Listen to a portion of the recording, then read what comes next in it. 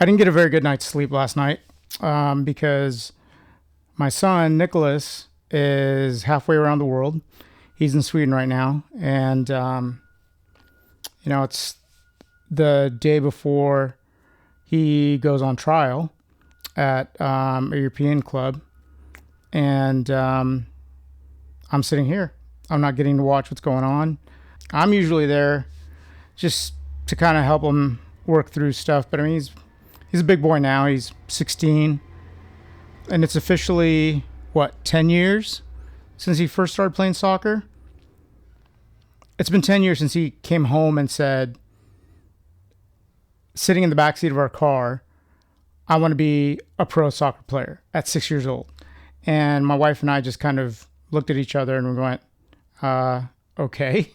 We don't know where this is coming from. But at that age, he already kind of made up his mind. And I don't know what I'm going to do with this, if I'm going to make a vlog, but maybe I'm not going to tackle anything that's current, but I'll go back in time 10 years and give some insight on kind of the steps that we've had to take to kind of get him where he is as a soccer player, with the various coaches and things like that over these last 10 years, because a lot of stuff has happened and much of it's not conventional. Also because, we've been doing it from the American perspective, specifically from the Southern California perspective. There's some things that he got lucky with, kind of out of the gate. His mom is an EU citizen, and so therefore both my kids got EU citizenship. And so he doesn't really have some of these challenges that your Americans do that don't carry a European passport. We've gone through a lot of different steps to try to kind of increase his probability of going somewhere in the game. He's not a high flyer. He's not one of these hyped up kids because I honestly don't have the Rolodex for that or the network for that. But I've spent time over the years building that network, and it's helped. It's helped to this day to get him somewhere, because my background is business development, right? So I'm your traditional Fortune 250 corporate sales guy at one time. And so I've had a lot of training, and I know the tools to, build a network, get in front of the right people, have the conversations. I've had hundreds of meetings, so I know kind of what to deal with when I'm talking to people. There's a point where I kind of had to figure out, is this realistic? How do I qualify whether or not he has a talent to go anywhere? What does that talent mean? And a lot of times it's, I'm the biggest skeptic, right? I'm more skeptical than I think I need to be, but you also have to be realistic. And so we've had our own kind of methodology to measure, where's he at? How far along in the game is he? Are we doing the right things? It's not always easy. Yeah. It's never been easy, and we've had to sacrifice a lot in our lives just to kind of get him somewhere. And even at this point, in the U.S. system, he's for all intents and purposes, he's really not far along in the game or anything, or anywhere that one could say is appreciable. He's not one of these hyped up kids, like I said. But interestingly enough, like he, came home at 6 years old, said, I want to be a pro soccer player. And my wife and I kind of laughed it off. We said, let's get you playing the game first, and let's try to understand what that means. Where did he get the interest from? It really was elementary school grounds. At his school, it wasn't one of these, heavy minority. Well, it was, but it wasn't one of these heavy Latino demographic schools like you find in San Diego.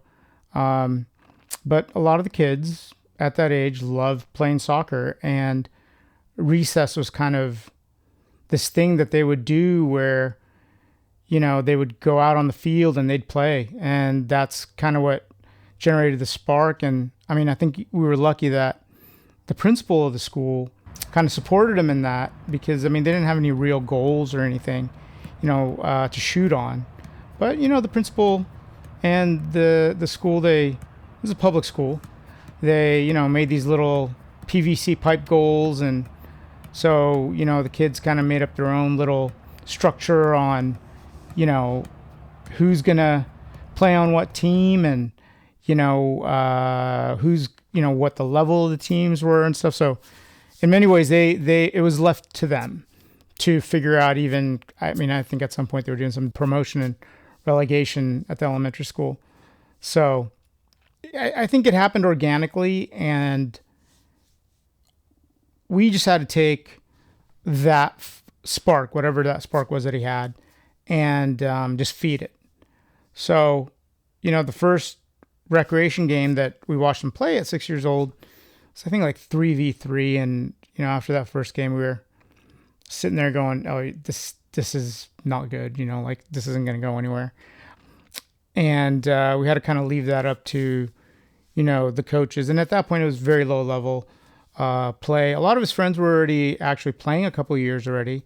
I don't know, about a couple of years, maybe like a year. So we had to research, like, where's he going to play? We knew nothing of the ecosystem, right? Even my daughter, who's 2 years older at this point, she didn't start off playing soccer. We put her in dance and things like that.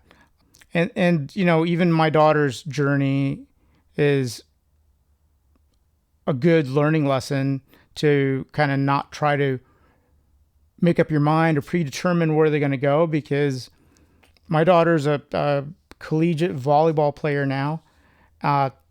Wouldn't have planned that. Wasn't really a thing that we thought would turn out, but she's playing volleyball in college. She's playing beach volleyball too. She's in the gym, 3 days a week during season, lifting weights, and is part of that whole program.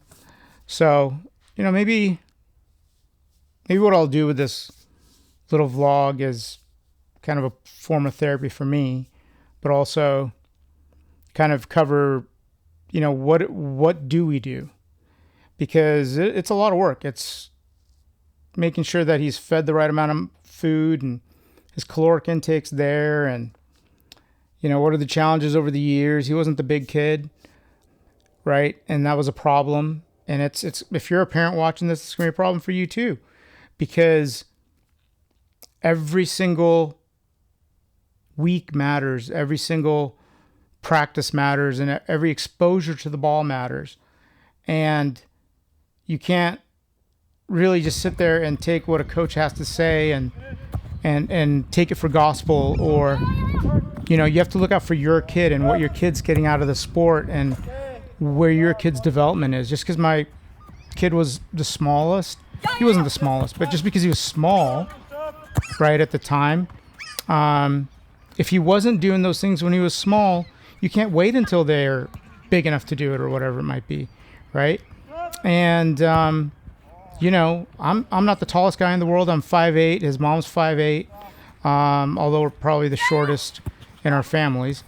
At some point he's in 1 year he grew like 8 inches, right? And so, like, if you waited until he was 6 foot to drill some skill into him, it would have been too late. And it really is one of these things. If you talk to pros, and I've talked to a few pros, they know that it's not something you can just wake up and come back to. You can't be 19 and say, oh, I'm going to go train and I'm, going to be the best in the world. Not if you're trying to be the elite player, the player that is at the top of his game. So from that standpoint, for Nicholas, it's still a possibility. The dream is still alive. And we've taken all the right steps to get him there, and have had the right people look at him. And so, I don't know, maybe I'll walk you through that journey. 10 years, what is it? There's, been a lot of heartbreak. There's been a lot of stress. It's never been super easy over time. I'll go back and I'll analyze what his performance was like, why things were the way they were. There's a lot of stuff that I thought I knew anyways 10 years ago that I don't know now. That I know now. So there's a lot of things 10 years ago I thought I knew, directions I thought I would go, that didn't pan out to be accurate, let's just say. But we wouldn't be where we are today if he didn't go through those stages, those learning lessons. And it's not guaranteed either. I mean, I can't tell you how much of this is like a soap opera, how much of it is drama, how much it is that at the highest level, I'm talking to other players' parents that we've been working on this in the same boat for the last few years, where it's reading tea leaves. It's trying to understand what's going through the mind of a coach, and to be fair, I'm not talking about these volunteer parent coaches, or we've had Nicholas with players that at the highest level, right? And that's always been kind of a big thing for me. Is I'm a sales guy. I got to qualify people. I got to know, are you full of shit? I got to look you in the eye and be like, I know what you're telling me, but are you telling me what you think I want to hear? Or are you telling me the truth? And is the truth your truth, or is it actual truth? So I've got to sit there and qualify that. And really, at the top echelons of the game, it's a very, very small club. There aren't a lot of people that you're going to be able to turn to give you insight, And we haven't even had him in front of guys that have, at least not in high numbers, dominated the game. And in America, it's even more challenging, right? It's even more challenging. But he's had coaches now that have retired out of the game, that have played for their national teams. Lately, most recently, he's had a coach that played Champions League. Guys, that you can look up on Transfermarkt. So not just guys that say I was at Bayern. You mean you went to a camp in Bayern? You mean you drove by the stadium? You mean you watched a training session? You get a lot of guys like that, charlatans, in the U.S. market, and even guys that went pro in the U.S. I don't know if you can 100% trust what they've got to say. Not to say be cynical, but the U.S. is a young market. Football's been going on in Europe for, the better part of 130 years, right? The game has. So they're very mature, and we're catching up. We don't even have the business structures in place in the U.S. To handle opportunity, to handle the proper development of players. MLS is coming up now, but it's not. We're not quite there compared to, where the Europeans are. So he started when he was 6. He's 16 now, and we're kind of going into this next stage of his footballing, his career. And if there's one thing I can tell you, it never stops. They're always developing, all the way until they retire. They're always developing, and the key is to try to keep him healthy and not get him injured. It's not worth it for your kid to be getting an ACL surgery at age 13, 14. There's absolutely nothing worth that at all.